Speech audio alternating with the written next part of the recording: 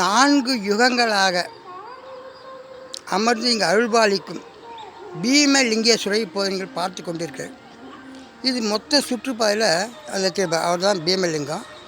இது அம்பாள் இங்கே இருக்குது, இந்த கொட்டாய்க்கியா. அப்படியே நேராக வந்தீங்கன்னாக்கா அது வந்து போக தவம் பண்ண இடம். என்னது அது தெரிஞ்சு நான் வரல காட்டினேன். அது போக தவம் பண்ண இடம். அப்படியே நேராக வந்ததுன்னா அது வந்து கோட்டை மலை. அது தெரிஞ்சு இங்கே தான் கோட்டை மலை. கோட்டை ஈஸ்வரருங்கிறாரு. அங்கே வந்து கோபால அது நான் கோட்டை காவல் காக்கக்கூடிய கோட்டை ஈஸ்வரனும் வேணுகோபால் சாமி அந்த இடத்துல தான் இருக்காங்க. அது அப்படியே நேராக வந்ததுன்னா இது ஒரு முருகர். இந்த முருகனுடைய நிலை என்னன்னாக்கா எடுத்துகிட்டு வந்து சொல்ல மயில் மேலே நின்று இருப்பார். எங்கேயுமே இல்லாத காட்சி. என்னது அது வந்து ரேணுகாம்பாள் மண்டபம். அது வந்து பீமன் மகால். என்னது பீமன் மகால்.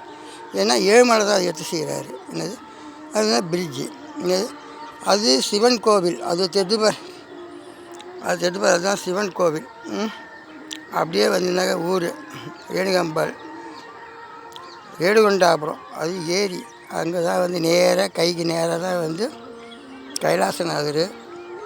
அதே மாதிரி கைலாசநாதர் மலை அப்படியே சுற்றி வந்தால் வள்ளிமலை. இந்த வள்ளிமலையாண்ட ஆரம்பத்தில் அங்கே வந்து அழகாக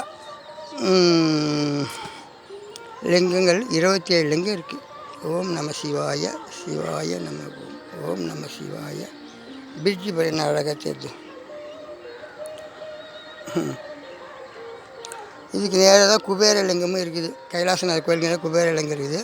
அப்படியே நேராக வந்துன்னா குபேரலுக்கு நேராக இந்த மூலையில் ஈசான லிங்கம் இருக்குது. அங்கே தான் வந்து இப்போ 4 லட்சம் ரூபாயில் பெரிய ஒரு இது வந்து வச்சு அங்கே லிங்கத்தை பிரதிஷ்டை பண்ணிக்கிறாங்க. அடைஞ்சு வேலை சீர் பண்ணி செய்துட்டு இருக்காங்க.